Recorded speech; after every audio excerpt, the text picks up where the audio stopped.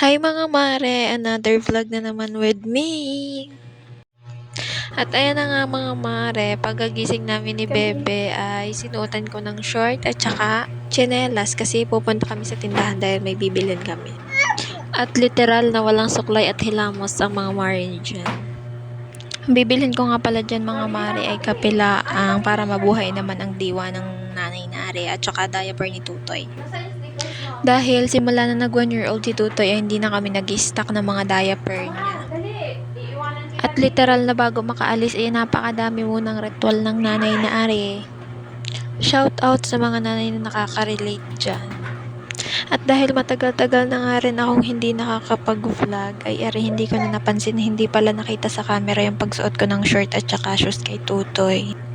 At oo nga pala mga mare, baka napansin nyo yung bit ni Aiden dyan na ding dong. Yun ay tira ko kagabi. Hindi ko naubos. Nakita niya kaninang umaga. Kaya ayun bit niya. Hindi niya naman kinakain. Binibit lang. Kasi alam niya naman na bawal yun sa kanya. At ito nga palang tungkol sa pagbablog ko. Ayoko na talaga sana siyang ituloy. Kaya lang si Josawa minomotivate niya ako palagi na ituloy ko. At wala nga namang masama kung itutuloy ko.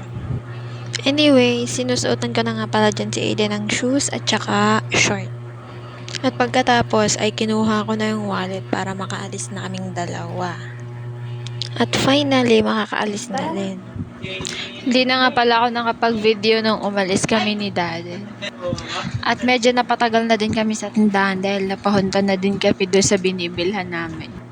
At habang nag-edit nga ako mga mare, ay nagkukulitan aring mag-ama sa harap ko. Kaya ayan, may mga background sounds. At pagkatapos naman namin bumili ni Daddy ay magluluto na sana ako ng ulam. Kaya lang nakita ko na may tira pang ulam kagabi. Kaya ang ginawa ko ay ininit ko na laang. At yun na din yung inulam namin ni Aiden. Sayang din kasi. At nakatipid na naman ang nanay na ito. At anyways, ang ulam nga pala na yan ay ampalaya. At isa yan sa paboritong inuulam ni Aiden. At habang iniinit ko nga pala yung ampalaya, ay isinabay ko na din yung kanin namin. Habang nag-aantay kami ni Dadin, edi kumain na muna kami na ring tinapay. Tapos may natira pang reno kagahapon, edi yun na yung pinalaman naming dalawa.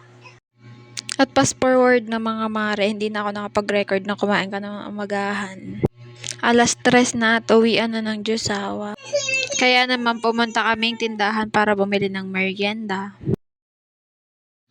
At arin na nga't pagkakabalik namin ay nagluto na agad ang Josawa. At nagmerienda na kaming tatlo. At pagkatapos ko magmerienda ay arin na nga't hinarap ko na ang aking labahin. At habang ako naman ay naglalaba din ay aring mag-ama ay nagsasayaw. Ang galing! One more!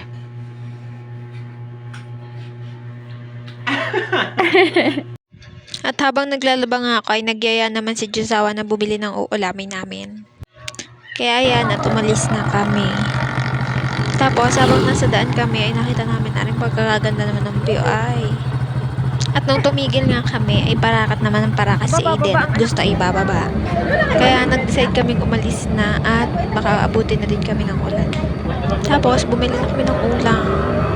At habang nabili nga kami ng ulam ay may nakita nga kaming isda na kulay gold. Sabi ni ate pag lumaki daw yan ay matampakan. At bumili na nga kami ng isda na halagang 100 lang kasi matipid naman kami sa ulam. Panigurado, yung halagang 100 na yan ay aabutin na yan ng 2 araw sa amin. Dahil sa hapon lang nakain si Josawa sa bahay. At nang pauwi na kami ay nakita nga ni Aiden aring binibilhan namin na itlog puko. Tinuro niya at sinabing ball. Kaya ayon, binilhan ng kanyang papa at umuwi na din kami. Anyways mga mare, ang vlog natin for today ay hanggang dito na lang. Maraming salamat sa inyong panonood. Please don't forget to like and subscribe.